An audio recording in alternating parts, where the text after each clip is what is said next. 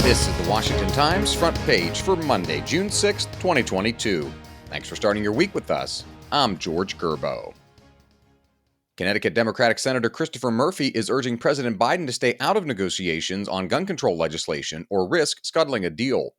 Harris Alec reports Biden's calls for far-reaching changes to gun laws have added to the large number of proposals in Congress. Murphy says the Senate should go it alone in those efforts. He and Texas Republican Senator John Cornyn are leading the negotiations to get a deal that can garner 60 votes that are needed to advance legislation in the Senate. The talks center on incremental changes to background checks and federal incentives for states to adopt red flag laws that would allow authorities to confiscate firearms from people whom a court deems dangerous.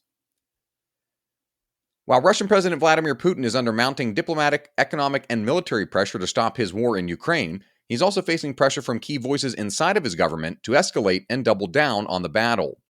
Although the Kremlin has cracked down on anti-war voices inside of Russia, Dave Sands reports a debate has broken out on social media among veterans groups and military experts about whether Putin is serious about winning. Russian military bloggers, many who are posting on the Russian-owned social media site Telegram, have criticized the Russian performance in the war and are deeply skeptical of the official Russian media accounts of how the campaign is going.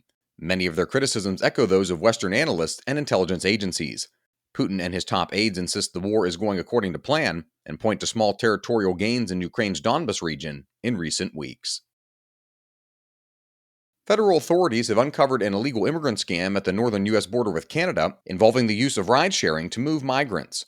Stephen Dinan reports investigators revealed evidence of more than 90 Uber trips from one account that they said showed patterns of smuggling connected to Rajinder Pal Singh. They also traced a total of 17 different accounts to Singh's organization, according to court documents. Authorities allege he would arrange for Uber drivers to pick up migrants at the border and take them to the area near Seattle-Tacoma International Airport, where they would switch to other Ubers.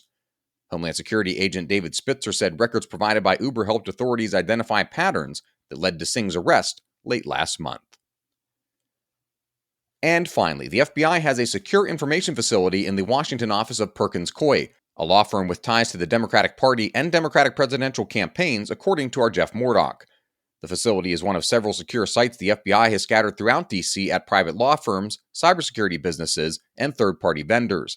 The stations, known as SCIFs, are designed for FBI officials and third parties to discuss and view sensitive materials without fear of surveillance.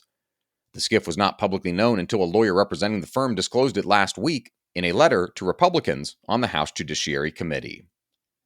Find all today's front page stories at WashingtonTimes.com/frontpage or on the Washington Times app, and find us wherever you get your podcasts. Just search Washington Times in your favorite podcast app.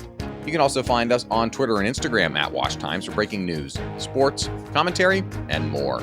For the Washington Times, I'm George Gerbo.